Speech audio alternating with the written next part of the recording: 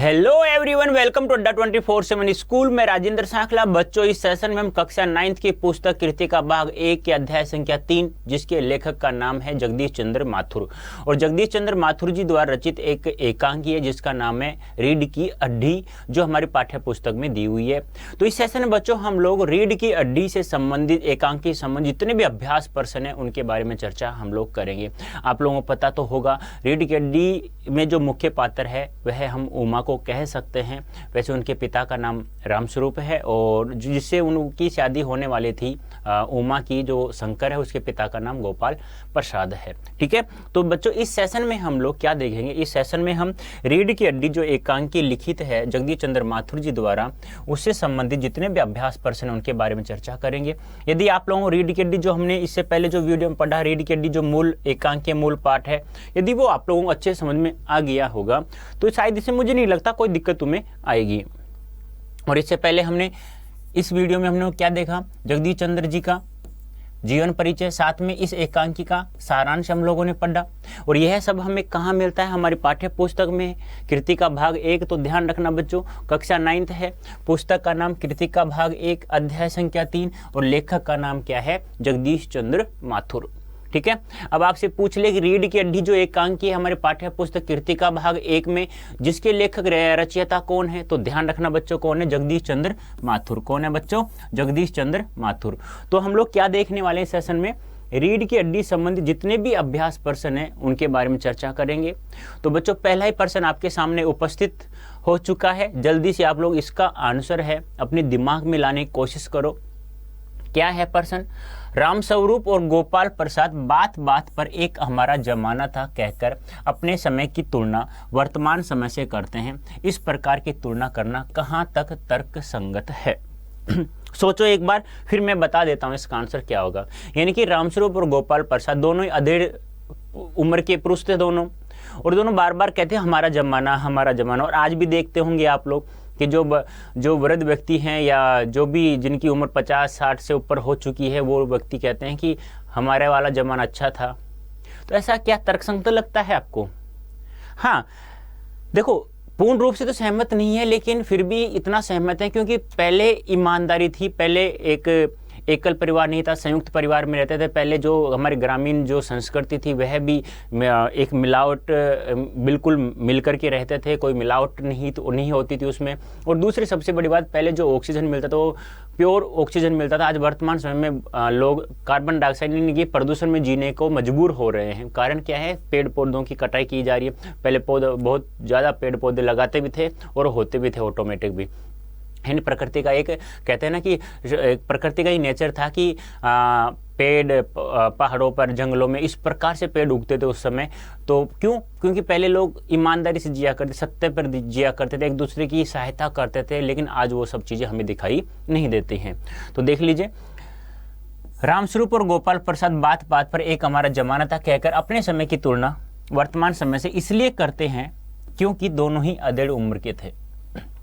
वे अपने समय को वर्तमान समय से अच्छा बताते हैं, चाहे वर्तमान समय में कितनी ही सुविधाएं क्यों न हो। बात सही है, आज भी आप लोग देखते होंगे अपने आसपास जो अधेड़ उम्र के, यानी कि मैंने बताया ना 50, यानी लगभग 50 नहीं तो 60 से ऊपर मान लो, जो भी पुरुष है वो अपने ज़माने को बहुत अच्छा बताता है। चाहे इस ज़माने में उनको चाहे सभी सुविधाएं दे दो, लेकिन फिर भी उनको पहले वाला अपना वाला ज़माना ही क्या लगता था, उनको अच्छा लगता था। एक कारण और भी है, इस उम्र में व्यक्ति अपने समय को बार बार याद करते हैं, ऐसा स्वाभाविक है।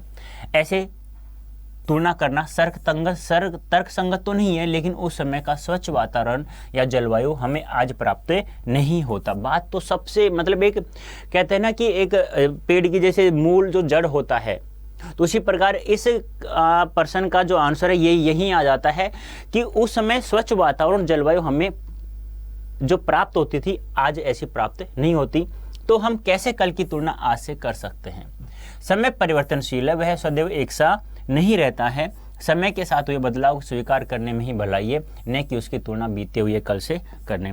बात तो सही है, तर्कसंगत इतना मैंने कहा ना स्टार्ट में, इतना तर्कसंगत तो नहीं है, लेकिन इतना तर्कसंगत तो इतना तो हम सोच सकते हैं कि पहले जो वातावरण हुआ करता था, पहले जो स्वच्छ वायु हमें प्राप्त होती थी, वो आज वर्तमान समय में प्राप्त नहीं होती है।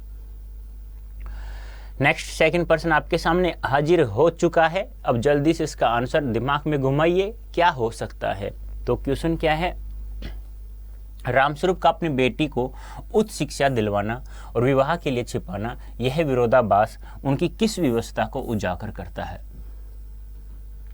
ऐसी कौन सी व्यवस्था थी जिससे अपनी बेटी को बीए की शिक्षा दिलाने के बाद में ही बेटी से कहते हैं कि आप इतना कहना कि मैं 10वीं पास हूँ मात्र, और एक दिखावटीपन बनावटीपन शैली में दिखाई देना है उनको, उनके सामने, आप लोगों के उन लोगों के सामने।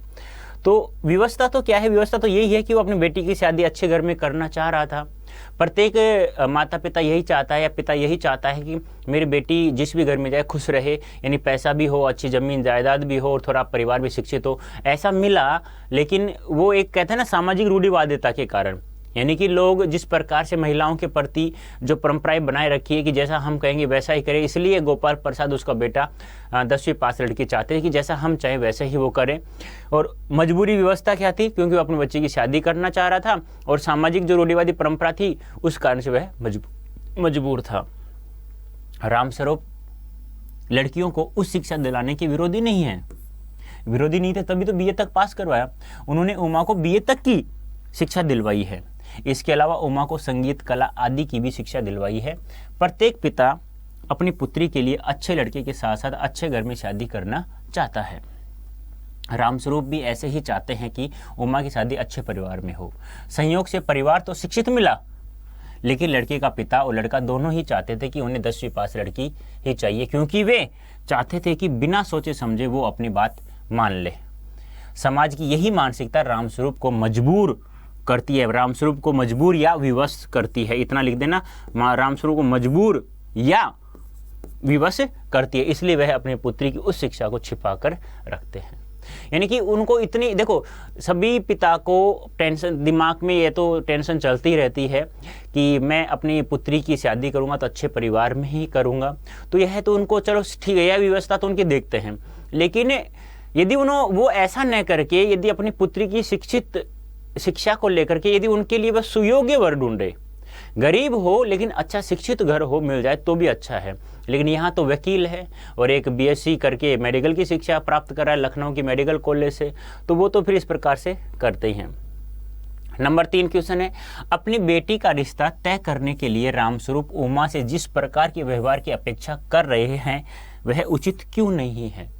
यानी कि रामस्वरूप क्या चाहता था अपनी बेटी से कि वह एक तो जैसे प्रदर्शनकारी महिलाएं नहीं होती कि पाउडर वाउडर लगा करके, क्रीम पाउडर लगा करके और दिखावटीपन में जिए, ऐसी बनावटी शैली चाहता था, लेकिन यह उचित नहीं है। कारण क्या है, उसका कारण यह है बच्चों, रामस्वरूप की बेटी उस शिक्षा के साथ साथ सुंदर और सुशील है और उसे आत्मसम्मान भी पसंद था। लेकिन रामस्वरूप अपनी बेटी का रिश्ता तय करने के लिए उमा से दिखावटीपन, बनावटीपन शैली में जीने वाली लड़की की तरह अपेक्षा कर रहे थे और साथ ही सीधी सादी, कम पढ़ी लिखी और कम बोलने वाली लड़की की तरह व्यवहार करने की अपेक्षा भी कर रहे थे। उनका ऐसा सोचना उचित नहीं है, बल्कि उन्हें अपनी पुत्री से यह आशा करने की अपेक्षा उनको उसके लिए एक सुयोग्य लड़का ढूंढना चाहिए। बात तो सही है, देखो जब इतनी शिक्षा आपने दिलवा दी है, बीए पास, मान लो चलो ठीक है, झूठ बोल करके 10वीं पास करके शादी भी करवा दी, क्या कभी पता नहीं चलता लड़के को, लड़के घर वालों को कि ये बीए पास है? पता तो चलता, वो तो सीधी सी बात है। कभी तो लड़की के मन में ऐसा उठता है कि मैं बीए पास हूँ, मैं ये काम कार्य कर सकती हूँ, मैं इसे ऐसी नौकरी में कर सकती हूँ, मतलब ऐसा मन में तो उठता भी है, कोई भी वो इंसान उठेगा। लेकिन कारण यही है कि रामस्वरूप भी विवश था, और लेकिन बेटी जितनी वो सोच रहा था उससे 2 कदम आगे थी। वह इन बातों को बिल्कुल भी नहीं मानती थी, क्योंकि वह सुयोग्य सुशील भी थी, बीए की, यानी जब बीए तक की शिक्षा प्राप्त कर लें तो इतना ज्ञान तो आ जाता है कि मुझे कहाँ शादी करनी है और कहाँ नहीं करनी है। नेक्स्ट है, गोपाल प्रसाद विवाह को बिजनेस मानते हैं। यानी गोपाल प्रसाद कौन था? शंकर का पिता। क्या था ये? वकील था।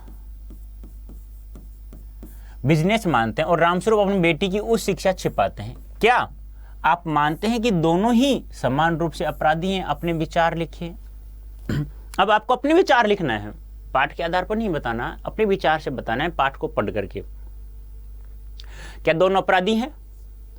देखो, रामस्वरूप पहले हम बात करते हैं गोपाल प्रसाद की। गोपाल प्रसाद शंकर की शादी या विवाह को बिजनेस मानता है, क्योंकि वह एक वकील है तो वह लाभ हानि के तराजू में तोड़ लेता है विवाह को। और दूसरी बात, वह घमंडी भी है। वह लड़की को या लड़कियों को मेज कुर्सी की तरह मानता है। अच्छी लगी तो ले ली, यानी खरीद ली, और अच्छी नहीं लगी तो छोड़ दी। और रामस्वरूप तो सबसे ज़्यादा अपराधी तो कौन है? गोपाल प्रसाद। ये रामस्वरूप भी है अपराधी, क्योंकि वह अपनी मजबूरी को, अपनी व्यवस्था को, अपनी बेटी के दुर्भाग्य को साथ में लेकर चलता है। वो सोचता है कि मेरी बेटी को मैंने शिक्षित तो करवा दिया, लेकिन उसका दुर्भाग्य है कि उसका शादी तो कर रहा हूँ, लेकिन मैं उसे कम पढ़ी लिख करके, ज़्यादा पढ़ा कर कम पढ़ी लिखी हुई बताकर उसकी शादी में कर रहा हूँ। तो देख लीजिए, गोपाल प्रसाद का बिजनेस से तात्पर्य शंकर के विवाह से है। वह विवाह को भी लाभ हानि के तराजू में तोड़ना चाहता है। वह वकील के साथ साथ चालाक किस्म के इंसान भी हैं। इधर रामस्वरूप चाहते हैं कि उनकी बेटी उमा का रिश्ता गोपाल प्रसाद लड़के से हो जाए, जो मेडिकल कॉलेज की पढ़ाई कर रहा है। परंतु समस्या यह है कि गोपाल प्रसाद और उनका बेटा दोनों ही चाहते हैं कि लड़की 10वीं पास होनी चाहिए, क्योंकि वो जैसा चाहे वैसे लड़की उनके अनुसार चले। रामस्वरूप समाज की दकियानुसी परंपरा के कारण मजबूर है। इस कारण रामस्वरूप अपने बेटे की उस शिक्षा छिपाने के लिए झूठ बोलते हैं। इस प्रकार हम कह सकते हैं कि दोनों ही समान रूप से अपराधी हैं, लेकिन एक तरह से हम गोपाल प्रसाद को अधिक अपराधी मान सकते हैं, क्योंकि वह लड़की को मेज कुर्सी की तरह सजावटी सामान मानता है। उनका यह अपराध घटिया सोच और रूढ़िवादी सोच का परिणाम है, जबकि रामस्वरूप का अपराध उसकी व्यवस्था का परिणाम है। देखो, अपराधी तो दोनों हैं, लेकिन ज़्यादा अपराध हम गोपाल प्रसाद का मान सकते हैं, क्योंकि वह लड़कियों को या लड़की को मेज कुर्सी की जो सामान होता है उसकी तरह उसे मानता है। और रामस्वरूप अपनी व्यवस्था का कारण अपराधी बन जाता है, कि भी वो चाहता है कि अच्छा शिक्षित परिवार है, लेकिन उच्च बैठ उठ भी है लोगों से, तो लेकिन वो 10वीं पास लड़की चाहते हैं, तो इसलिए वह विवश है अच्छे परिवार के कारण, शिक्षित परिवार के कारण। नेक्स्ट है, आपके लाडले बेटे की रीढ़ की हड्डी भी है या नहीं? उमा इस कथन के माध्यम से शंकर की किन कमियों की ओर संकेत करना चाहती है? यानी कि जब स्टार्ट में तो कहता है कि कुछ गाना वाना सीखा है कि नहीं, गोपाल प्रसाद पूछता है तो गाना भी वो सुनाती है। और पर जैसे ही मीरा का पद तो गाती, मेरे तो गिरधर गोपाल दूसरों ने कोई। अब दूसरी सबसे बड़ी बात, जैसे वो गाती है तो उसकी गर्दन जैसे उठ जाती है, तो वह शंकर का चेहरा देख लेती है और उसको पता चल जाता है कि यह तो वही नालायक है जो लड़कियों के हॉस्टल के आगे पीछे तांग जांग कर रहा था और नौकरानी के पैरों में गिर किस प्रकार भागा था, इसको पीटा गया था और इसकी रीढ़ की हड्डी भी टूट गई थी। तब उमा को गुस्सा आता है। उसके बाद वो कहता है कि कुछ खाना बनाना भी जानती हो नहीं है, बहुत कुछ सिलाई उलाई भी जानती हो नहीं जानती। तो इससे तंग आकर के फिर उमा अपना, वो कहता है ना कि जैसे स्वभाव था उस स्वभाव के साथ चलती है। फिर कहती है कि गोपाल प्रसाद की आपके बेटे की रीढ़ की हड्डी है नहीं, जिसे बैकबोन कहा जाता है रोजाना। उमा का यह कथन गोपाल प्रसाद के विचारों के प्रति है, क्योंकि उसे उनकी बातों से पता चल गया था कि उनकी सोच लड़कियों को मेज कुर्सी के समान है। इसलिए उसने अपनी चुप्पी को तोड़कर गोपाल प्रसाद को उनके पुत्र के बारे में अवगत कराना चाहती थी कि भले ही आपका पुत्र मेडिकल की पढ़ाई कर रहा है, पर उसमें नवयुवकों की तरह मौलिकता नहीं है, क्योंकि शंकर एक चरित्रहीन व्यक्ति था जो लड़कियों के हॉस्टल के आसपास ताक झांक करता हुआ पकड़ा गया था और कैसे नौकरानी के पैरों में अपना मुंह छिपा कर कैसे भागा था, जिससे उसकी चरित्रहीनता प्रकट होती है। यानी कि पहली बात तो वो चरित्रहीन भी है, दूसरा नवयुवकों की तरह उसमें मौलिकता भी प्राप्त नहीं है। फिर वह तांग झांक करता है कि लड़कियों को एक सजावटी सामान की तरह उसे देख रहा है, यानी शैतानी कर रहा है।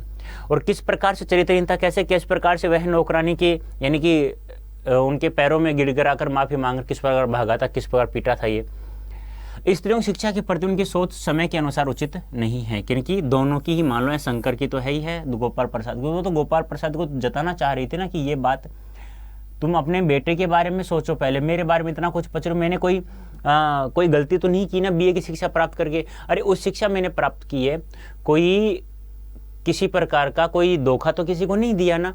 लेकिन जैसे तुम मुझे पूछ रहे हो कि ये जानती हो वगैरह वगैरह, बहुत कुछ जानते हो, आप अपने बेटे के बारे में देखो ना, क्या है वो? कोई भी ऐसा गुण है किसी नवयुवक के जैसा जो आप इतना कुछ पूछ रहे हो कि वो एक भी गुण हो तुम्हारे पुत्र में? शारीरिक दृष्टि से भी वह कमजोर था क्योंकि उसकी रीढ़ की हड्डी सही नहीं है, यानी टूट चुकी है, जिसके कारण उसे बैकबोन कहा जाता था। शंकर अपने पिता पर पूरी तरह आश्रित भी है। बात तो सही है, जिसकी रीढ़ की हड्डी सीधी नहीं हो, इस प्रकार से हो। अरे रीढ़ की हड्डी तो होती है अपने शरीर को लचीलापन रखने, जिस प्रकार चाहे खड़े हो जाए, जिस प्रकार चाहे बैठ जाए, जब भी चाहे दौड़ लें, तो रीढ़ की हड्डी तो होती है वो। उसके लिए हमें कुछ व्यायाम वगैरह वगैरह वगैरह भी करना पड़ता है। लेकिन इन बातों से केवल जो उमा है वह गोपाल प्रसाद को, किसको? गोपाल प्रसाद को यह जताना चाहती है कि तुम मुझसे इतना कुछ पूछ रहे हो, क्या तुम अपने बेटे के बारे में जानते हो कुछ? तो वही बात है, इन सभी बातों से वह गोपाल प्रसाद को आईना दिखा रही थी कि गोपाल प्रसाद, मैं तो इतना कुछ कर रही हूं, क्या आपका बेटा भी कोई गुण है? आपके बेटे में कोई गुण है? तो यह सब बातें उन्हें अपनी बातों से उन्हें बताने की कोशिश करती, अवगत कराना चाहती है कि तुम्हारा बेटा बिल्कुल भी नालायक है, बिल्कुल लायक नहीं है, वह बिल्कुल आश्रित है तुम्हारे ऊपर, ऐसा मुझे लड़का नहीं चाहिए, ऐसे लड़के से मैं शादी नहीं कर सकती। नेक्स्ट है, शंकर जैसे लड़के या उमा जैसी लड़की समाज को कैसे व्यक्तित्व की जरूरत है?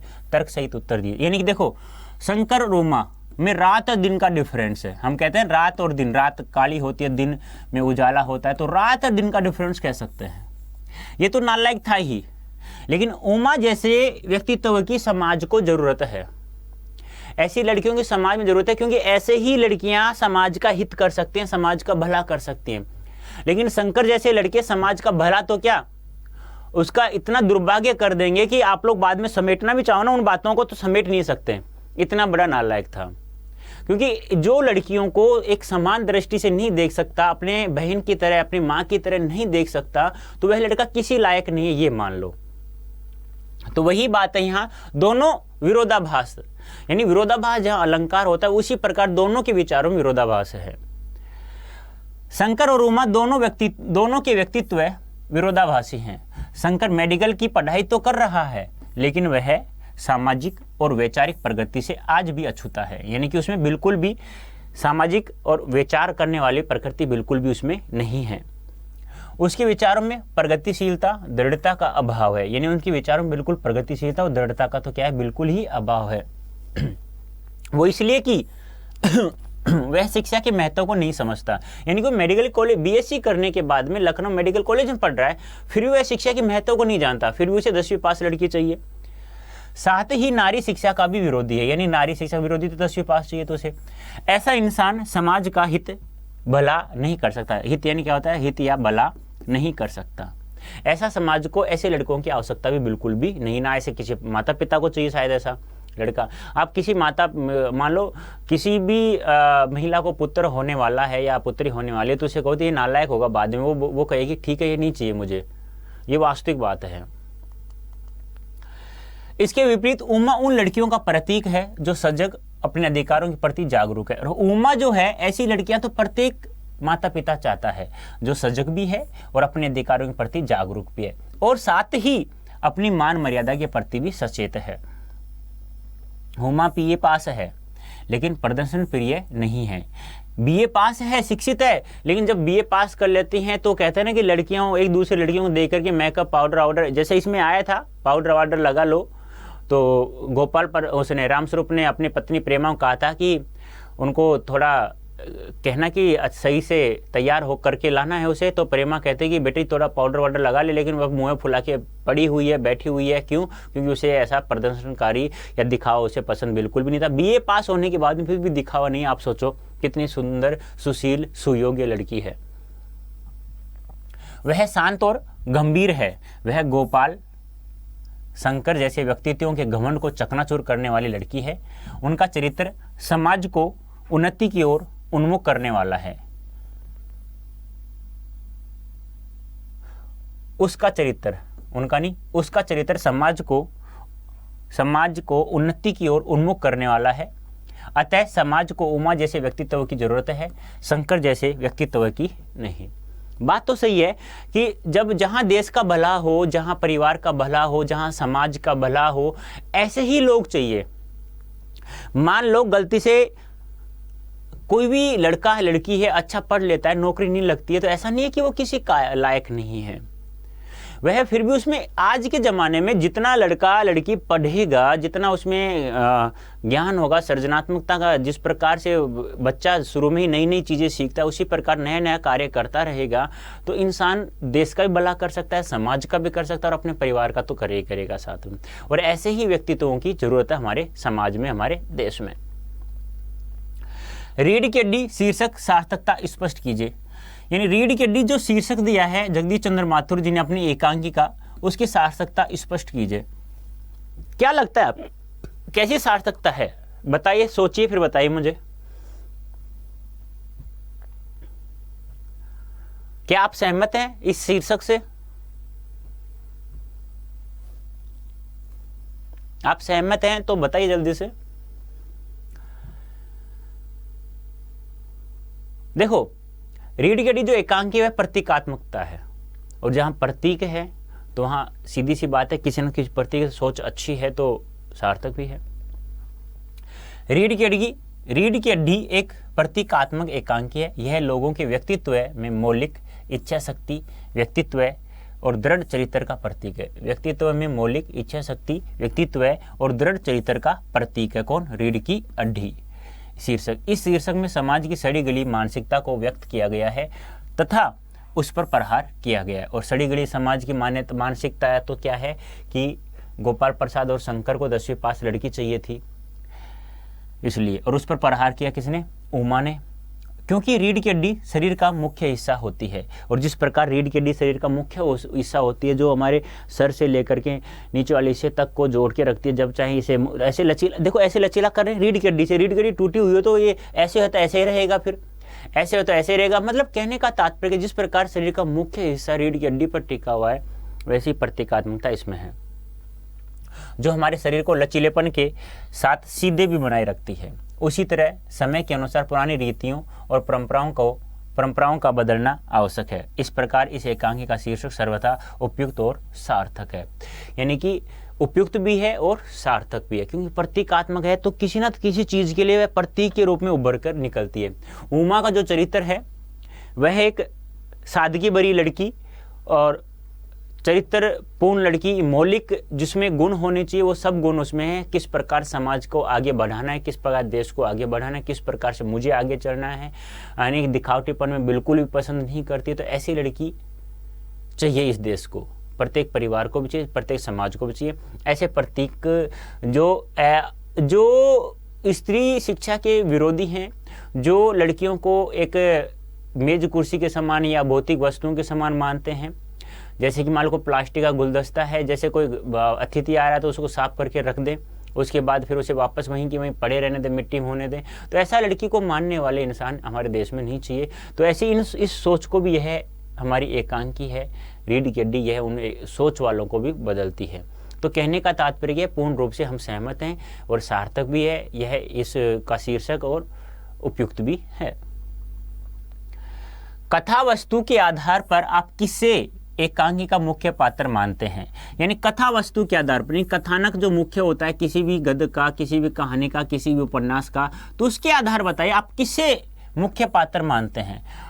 शंकर को, गोपाल प्रसाद को, राम स्वरूप को, उसकी पत्नी प्रेमा को, या रतन जो नौकर था उसको, या उमा को? तो आप किसे प्रमुख पात्र मानते हैं? तो प्रमुख पात्र दोस्तों मैं तो मानता हूं किसे? उमा को।